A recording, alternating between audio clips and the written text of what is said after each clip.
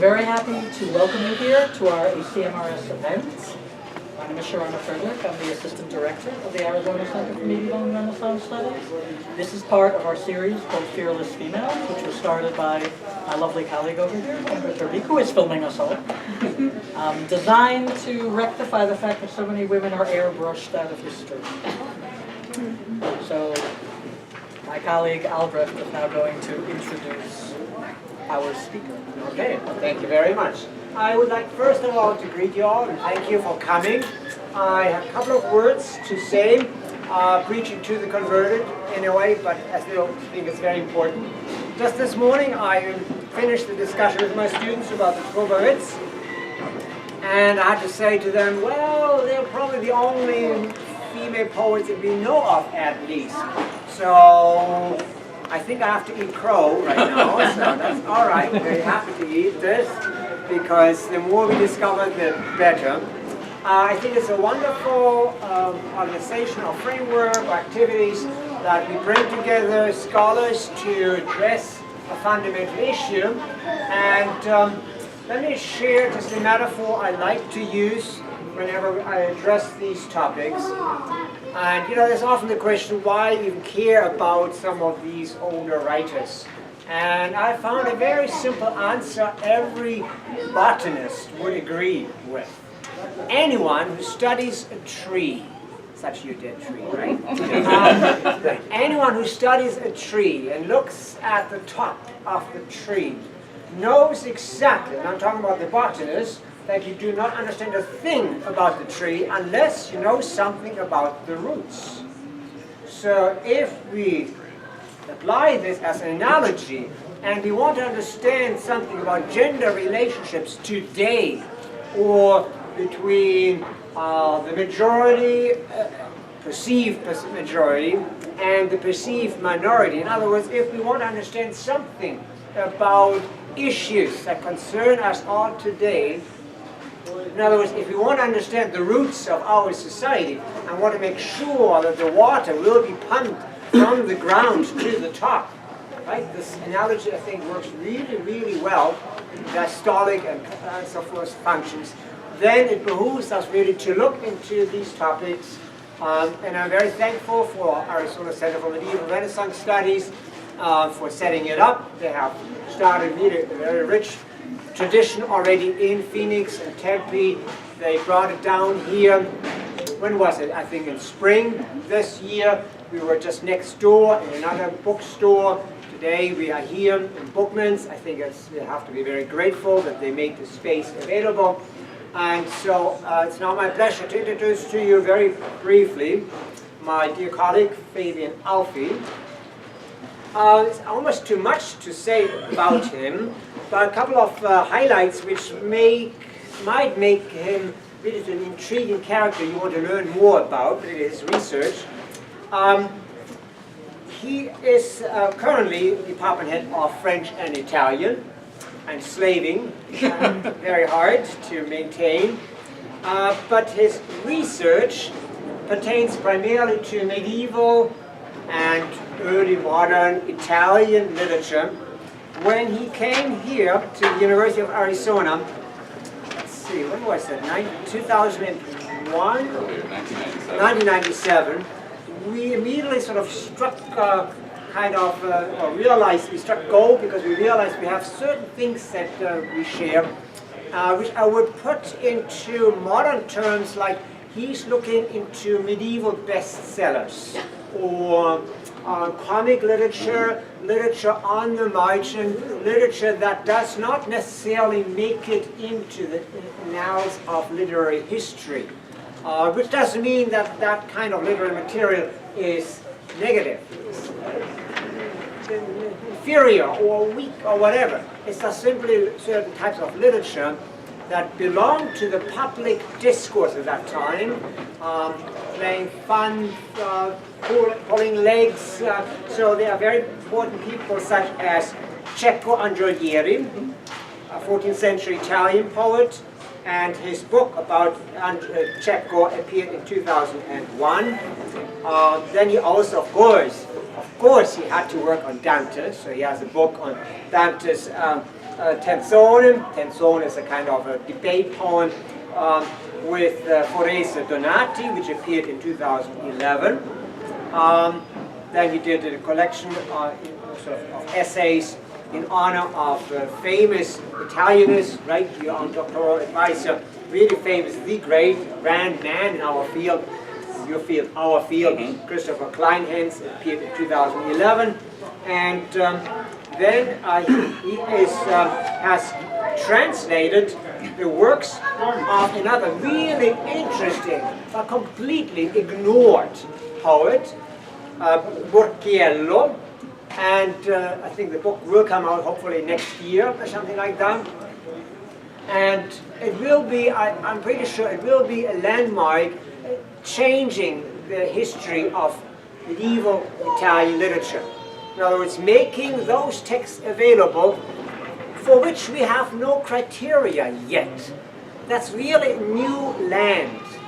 And so I'm really excited about that. This is, I think, what scholarship is all about, that we make available, bring to light these hidden sources and show us what we could make with them.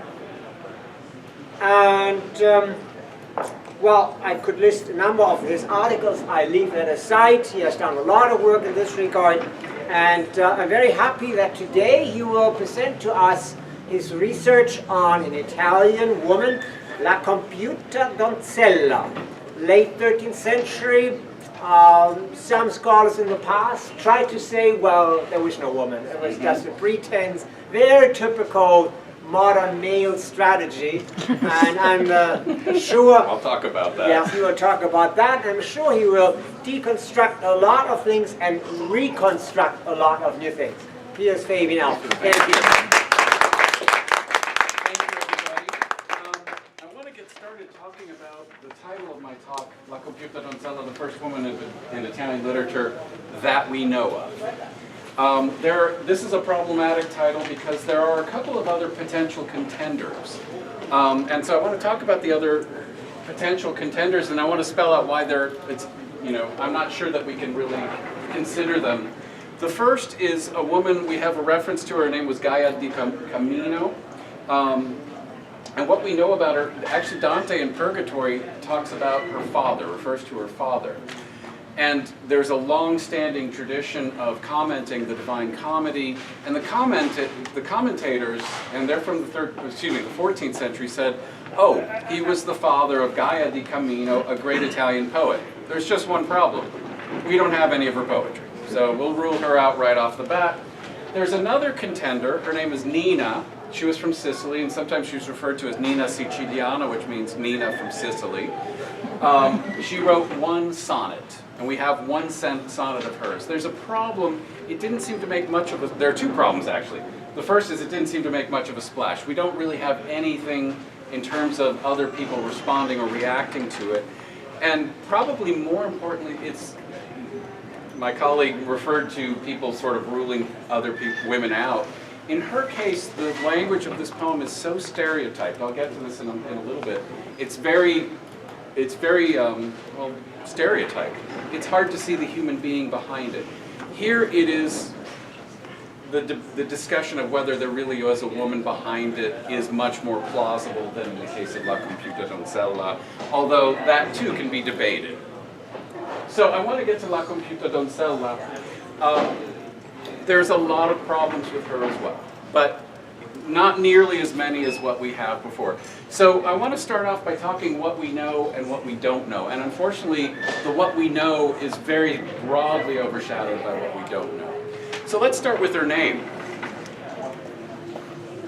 There's a real problem with starting off with her name. Now you'll notice along the bottom, this image is from the single manuscript we have that has reference to her. And if you look closely, you'll see La Compiuta Donzella di Firenze. Okay, so there it is. This is a strange name. Donzella means damsel. Compiuta would mean something like fulfilled or accomplished. So her name literally is accomplished damsel or fulfilled damsel. Now right there you're probably thinking, that doesn't sound like much of a name. And so you can see the question being posed, is this a name or is this a pseudonym? Now there are records of other women at the time named Compiuta, so it's not out of the realm of possibility that this could really be her name, or it's a name of the damsel Compiuta. That's one possibility. Another possibility, if we just flip these two, and we have records of this, if you talk about a donzella compiuta, this would be a young woman in her late teens, probably her late teens. In other words, a young woman of marriageable age who's not married yet. So, is she an unmarried maiden? Is that what she? In other words, we go back to, well, this could be a pseudonym. So, it's a real problem here. There is, at the same time during the Middle Ages, there is the tradition of writing under pseudonym. Pseudonym is the modern word. They would use the word señal. If you think about courtly love, courtly traditions, if you're writing about the Baroness, if you actually say, oh, and my name is John, well, you're likely to get the Baron cutting your head off. So you would write under a pseudonym. Is this the pseudonym, the señal? There is another thing that we need to mention, and I'll just get to that in a moment. There was also the tradition in the Middle Ages, and certainly medieval Italy, of some men writing under the name or in the voice of a woman. Okay, and I go back to the Nina Siciliana reference that I made earlier. This is why we can plausibly question that one, because there were a number of poets who wrote as if women, and that's why I said that stereotyped language. Here we can see, in that instance, well, we can really raise this question. So let me talk a little bit more about what we can figure out. Now, there is the one manuscript. This is in the Vatican. It's Vatican Latin 3793. And as we can see, it mentions that she's from Florence. This manuscript, before I move on, is one of the three most important sources of the literature of early Italy. They all originated in the 1200s. This was the one that was compiled in Florence. It is written in a script we call mercantesca, which would be the script that the merchants wrote in. It was probably commissioned by a merchant, but we don't know a whole lot about that. And it was compiled probably in the 1260s. So we have some sort of dating going on here. That is, at some time before the 1260s or during the 1260s, she wrote these poems. She wrote 3 sonnets. We do know something else about her. That is, at the same time, 2 other poets, one anonymous and one Mastro Torrigiano, wrote 2 sonnets to her, and she responded to the anonymous sonnet. That is the anonymous poet. So she's making a bit of a splash at the time. People are actually taking notice. And I'll talk a little bit more about this as we move forward, but as my colleague referenced, in the 19th and early 20th century, there was the debate, was there really a woman? Was this really written by a woman? And one of the stated objections was, in fact, well, it would have made, people would have been marveling at the fact that a woman was writing this way. Well, people were marveling. Okay? It strikes our ear really odd when we hear what they're saying. In both cases, they write to her and say, well, how amazing that a young woman would have such wisdom and knowledge that she could write poetry like this. Now, we don't like that nowadays. I don't like it either. But it's important. They're responding to her as a woman. And this is why I think, this idea that, well, maybe she's a man, it doesn't hold a lot of water with her. There is one other reference. We're kind of reading between the lines here. And this is a masterful poet. He's probably the most important poet before Dante. This is Guittone d'Arezzo. He is the most incomprehensible and most disliked poet out there because nobody can understand what the heck he's talking about. But he wrote a number of epistles. One of them is written to a woman. It looks like she's a writer, and he keeps punning on the word compiuta. He talks about completeness, completed, compiuta. He uses the adjective. It's not hard to read between the lines that we think it was addressed to her. He doesn't just come out and say it, but it's a pretty good interpretation. And it does fit in line with some of the poetry that we have. Uh-oh, now I've done it. There we go. So that's what we know. Let's get to what we don't know. And unfortunately, this starts getting into a whole lot of problems. We don't know her family. We know she's from Florence, but we don't know her family. We don't know her class. Presumably she's not of the artisanal or peasant class because she's writing. But again, please notice the presumably in my sentence. We don't know her occupation, if she had one. We don't know her identity besides what I just said. We don't know her biography, and we don't know what became of her. Whenever I teach this, I always have students come up and say, well, what happened? To which the answer is, I have no idea. And then I tease them, I say, well, there's your potential dissertation, is to go into the records and see if we can find a reference to this Compiuta Donzella in some sort of archive, okay? Incidentally, let me bracket this off. I have a colleague who works on one of the poets that I publish on. He went to one of the archives in Siena and he found new information, and I'll share that with you. So there is the possibility of finding more stuff in the archives, and this just came out like 3 months ago, and it's a fascinating discovery that he made. I mentioned that her gender was debated. I mentioned the tradition of writing in the voice of. Here's one of the, Stefano Protonotaro was a poet from Sicily, and he has a number of songs in the voice of women. Usually when they did this, it's very stereotyped, and in Italy it's very stereotyped topics. For instance, the unhappily married woman who wants to be with her lover instead of her creepy husband. Or the woman who's been abandoned. Or the woman who wants to be married because she's in love with this young man, or on and on. So they're very stereotyped topics, and this again ties me back into the Nina Siciliana question. And I mentioned before that the other poets marvel that some woman could be educated enough. Now, before I move on, I should say one other thing. Those two, they marvel that a woman could be educated enough to write poetry, but they don't come out and say, so you must be a man. That's 19th century. Right, that's not 13th century. Nowadays, most scholars who work on her, there aren't that many, to be honest, which is kind of surprising, except that she was a woman. We've sort of set aside that debate. It seems kind of moot. As we're going to see when we get to her poetry, it looks like that she writes about the the experiences of women. Now, we don't know if these are biographical. That is, we don't know. It looks like she writes it as if she wrote it about herself. But again, we have no corroboration about that. And we do have the other poem that she wrote to the other poet, and if we have time we can get to that, which seems to be of a markedly different tone than these two. So maybe it's biographical. I put that in question mark. Maybe it's historical. In other words, maybe it didn't happen to her, but maybe she's fictionalizing what happened to people around her. And as I said before, the other writers are interacting with her as a woman, which is really important. So what do we know about women in the Middle Ages? This is going to be the understatement of the evening. The Middle Ages weren't good for women. If you have to go back in time, don't go to the Middle Ages, okay? There are a lot of reasons for this. I could be here probably all week just talking about the status of women and the teachings about women in the Middle Ages in terms of anatomy, in terms of status, in terms of religious teachings.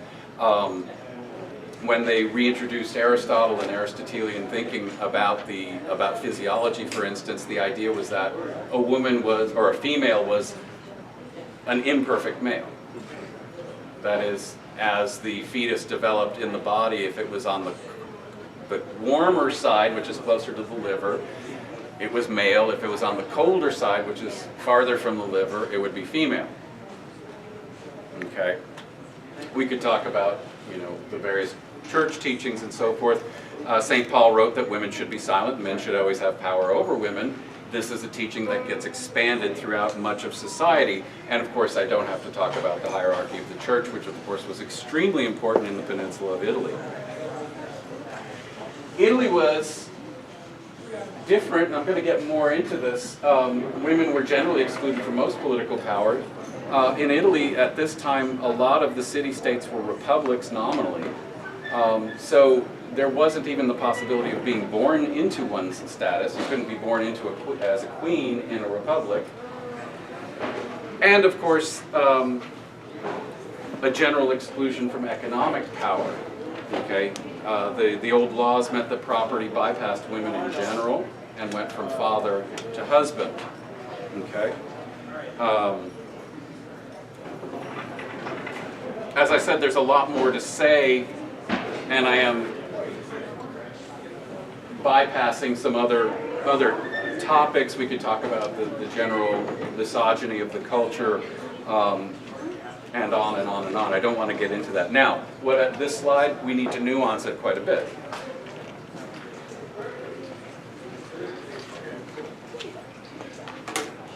Italy, in this century, and we're in the 1200s, but it starts earlier and it continues for several centuries, and I'm speaking in very broad strokes, is at the forefront of a booming economy. Okay? Every time you go to Italy and you see all the wonderful Renaissance architecture and art, just in the back of your mind, ask yourself, how did they pay for all of this? The only way you can pay for it is having a booming economy that stretches over decades and centuries. Florence is at the forefront of it, and in this time period, it's really becoming, it hasn't quite gotten there yet, the major mercantile city in Italy. It will, right when we turn into the 14th century, it's really at the forefront. Okay, but it's getting there.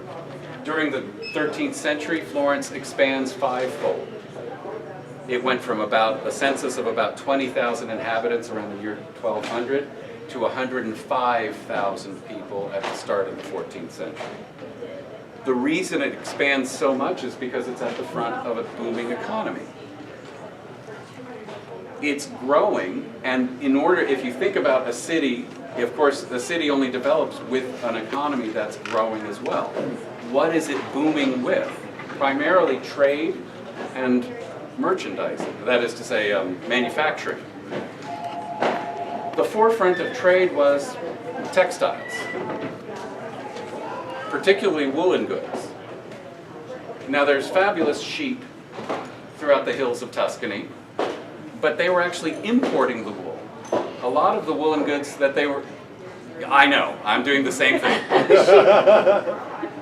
Why would you import it when you could just bring in the local sheep? They were importing it from Scotland primarily. They're then manufacturing it into woolen goods and selling it. This starts, and trade is at the forefront. Each of the Tuscan cities actually specializes in different types of woolen goods. So we could talk about Prato, we could talk about Pistoia, we could talk about Siena. But along with that comes banking. So trade and commerce will get you just so wealthy. Banking will get you so much wealthier. Because Florence is primarily a mercantile city, we have some differences that are going on. And you can see on the slide, one of the historians, Giovanni Villani, during the period we're talking about, talks about education in Florence. Lo and behold, he's really proud that there are 10,000 children in the Florentine schools, what we would call primary education, boys and girls being taught basic mathematics and reading and writing in the vernacular, that is to say Florentine or Italian. Now, let me just add a parenthetical comment about mathematics. I recently heard about a study that at this time we're getting to basic arithmetic through the introduction of the Arabic numeral system, which may well have contributed to this booming economy. After all, you no longer have to use the large tables of Roman numerals to do your basic arithmetic. That seems reasonable to me, even though as a literature person, me and numbers don't get along so well. Advanced knowledge, conversely, is still male only. So as we get to the Latin teachings, the philosophy and so forth, the higher institutes in Florence are still male only. But we still have education, a basic level of education at the lower levels, both male and female. Now, why would this be? Well, quite simply,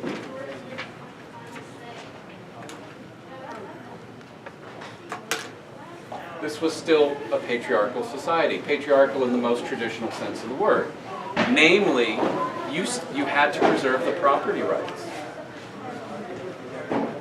So it might be, and in fact we have statistics that that show that up to about 10% of the businesses in Florence were controlled by women. Daughters, sisters, wives, widows, for whatever reason, who have to take control of the enterprise. So it's necessary that they're able to do this, and so therefore we have the educational institutions in place so that they can. It's a fairly large number, actually, relatively speaking. There's one other thing, and here I'll add another point.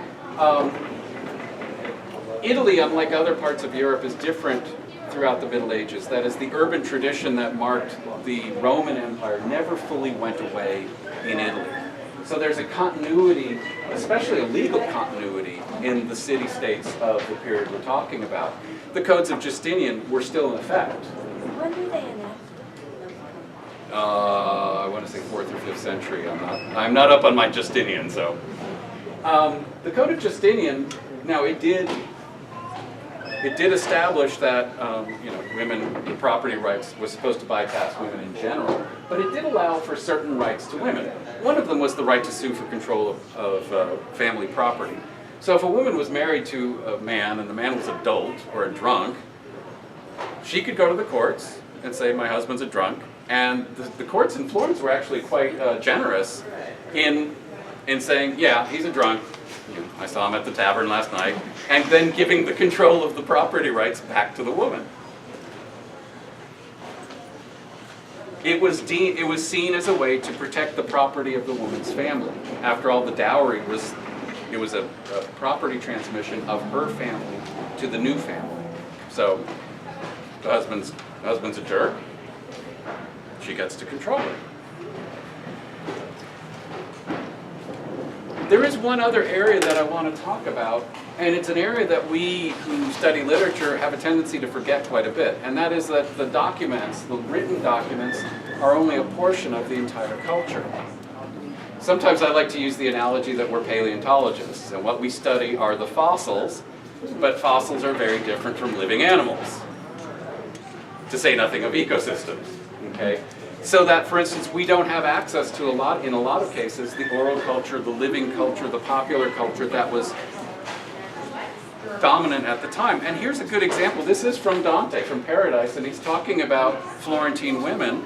And here we can see references to the vernacular and oral culture at the time. He's talking about women using the idiom that first delights mothers and fathers, that is to say the vernacular and not Latin. So he's talking about the transmission of the spoken language, which he's spelling out. It's from mothers to children. He then talks about women drawing stands from the distaff, in other words, doing women's work of sewing and weaving, told with her household tales of the Trojans, of Fiesole, and of Rome. So we have legends, family histories, but also the histories as they understood it of the area. The Trojans would, of course, be some sort of permutation of the Aeneid, Fiesole and Rome, the histories. And so here's a good example of a reminder that, yeah, the documents that we have are by and large written by men. People like La Compiuta Donzella are distinctly a minority, but that doesn't mean there's no contributions to the living culture of the time.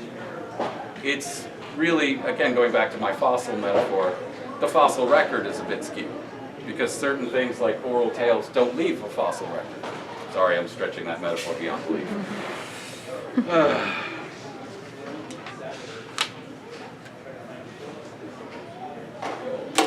We do know one more thing about her before I move to the actual poetry. She was very knowledgeable about the literary traditions of Italy and Europe at the time. The two poems we're going to look at deal with the tropes of courtly love and the tropes of contemptus mundi. So what are these? Well, courtly love, most of us are familiar with this. That is the love tradition of the Middle Ages, the idea that you are a nobleman, almost exclusively a nobleman, although there were trobarids, who would woo ladies in a courtly setting, in a feudal setting, Inevitably, they had the cones with the little fabric off of them and so forth. And it's developed at a certain time and a certain place. It actually, it developed out of that feudal tradition. We have a lot of courtly love poetry in Italy as well. Especially at this time. It has not started evolving away from, towards what Dante and some of the other poets would do. The second tradition I want to talk about is one of Contemptus Mundi. Now this is a religious tradition. It means contempt for the world, hatred for the world. And it actually is a satirical tradition. It talks about how the world is all backwards, given human corruption, human weakness, human folly, human sin. We've made the world backwards, and so good men are laid low, and creepy people are raised up, and so forth and so on. And this is a very long tradition. We're going to see both of these in the two poems that we're looking at tonight. She also uses the poetic form of the sonnet. Now the sonnet, to us, it's a very old form, but at that time it was actually a relatively new form. It had only been developed a couple of decades earlier. It developed in the very earliest school, which is the Sicilian school around 1230. We don't have an exact date for the invention of the sonnet. The Italian sonnet is a highly structured form. Going back to my reference to Dante and the folkloric tales, it is not a folkloric form. It is a literary form, and it's highly structured. It doesn't just happen. You don't speak a sonnet. Because what you have are two quatrains, that is two stanzas of 4, with a very distinctive rhyme scheme, and then you have two terces, two stanzas of 3, with a very distinctive rhyme scheme. You also have a very distinctive meter. She would have had to know that she was very self-consciously know how to do a sonnet. We also see in one of her sonnets some advanced poetic techniques. One of them is called Coblas cap finidas, which again doesn't just happen. You end a stanza with a word, you start the very next stanza with that very same word.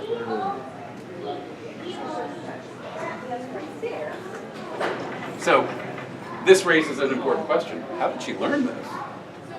And again, we go back to the what we don't know, which was about 5 minutes ago. There's a lot we don't know about.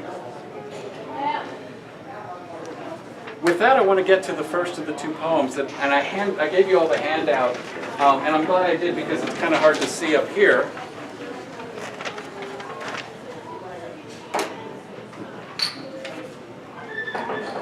And then I want to point out some things that are quite interesting about this. So the first one is in the season that grows flowers and leaves. Now in my translation, I'm sorry, I've lost the meter and I've lost the rhyme. I'm not that good, okay?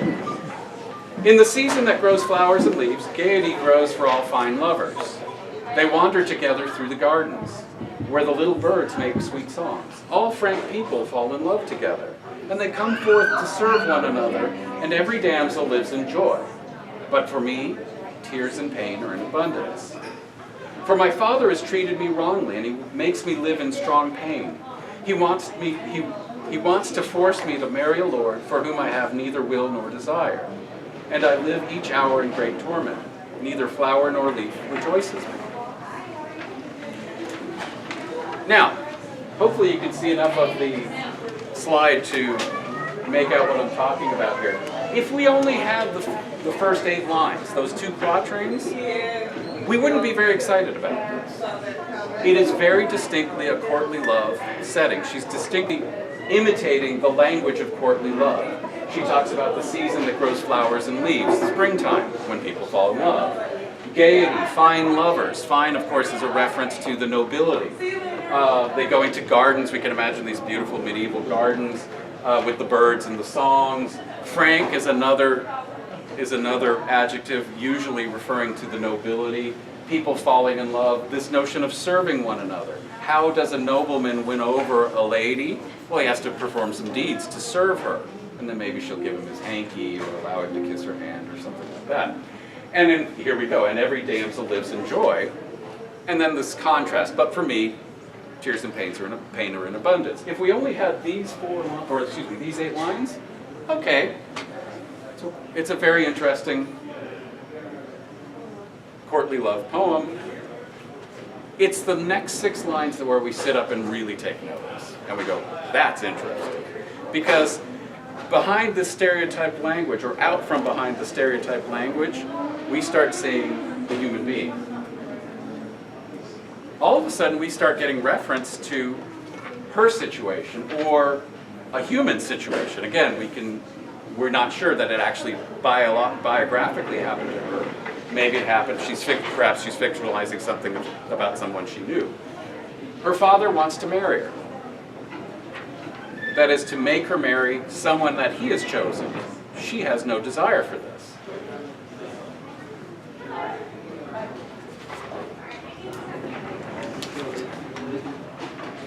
This seems to speak of a personal situation. We suddenly notice, yeah, I can relate to this. Marriages at the time were arranged, and this could either be of the noble classes or could be the merchant classes. Now, I keep using these 2 words. In Florence, because of the mercantile situation, it's actually a fiction to talk about nobles and merchants. They were all intermarrying all the time. Okay, and in fact, in the laws at the time, they referred to them all as magnates, M-A-G-N-A-T-E. That is, the powerful people, because we can't make that distinction anymore. Okay, but we can imagine marriages of expediency for either business or family reasons, and she wants nothing to do with it, and she's stuck. This again is quite interesting. And getting back to the advanced techniques I was referring to earlier, notice the last line and notice the first line. She evokes the first line as she closes the entire sonnet. The first line, in the season that grows flowers and leaves. Last line, neither flower nor leaf rejoices me. We're going to see that again in the other poem.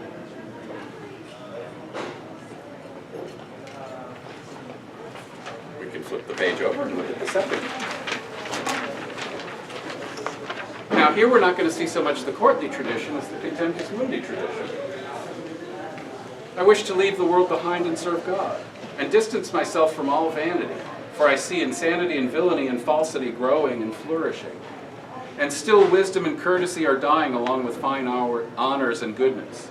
For I wish to have neither husband nor lord, nor to stay in the world of my own will. Recalling that all men clothe themselves with evil, I am disdainful of all of them, and my person turns instead toward God. My father makes me be melancholy, for he wishes to turn me from serving Christ. I don't know whom he wants to marry me to.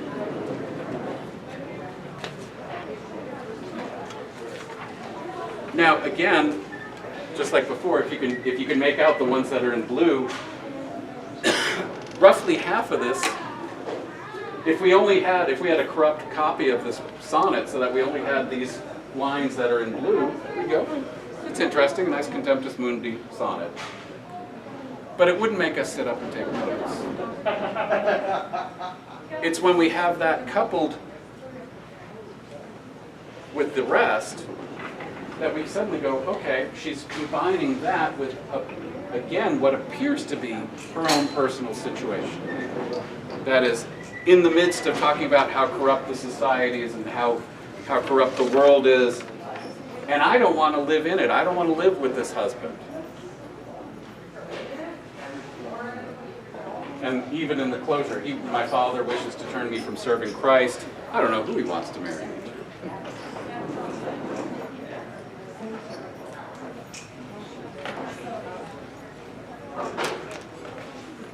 Now I want to come back to where we started. Can we take this as stereotyped language?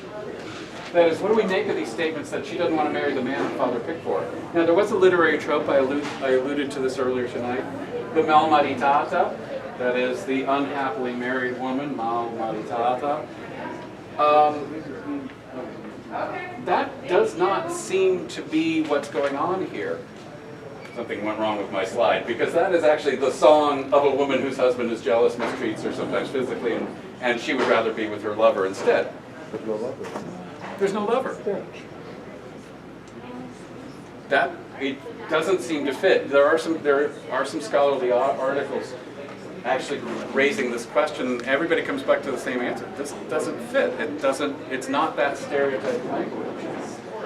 it seems to be, I go back to where I started off, it seems to be either personal or historical. And again, that's quite interesting for us because, again, we see the human being behind the poetry. We don't just see the stereotyped language. So with that, I'm going to stop here. Thank you all. If you all have questions, I'll stop.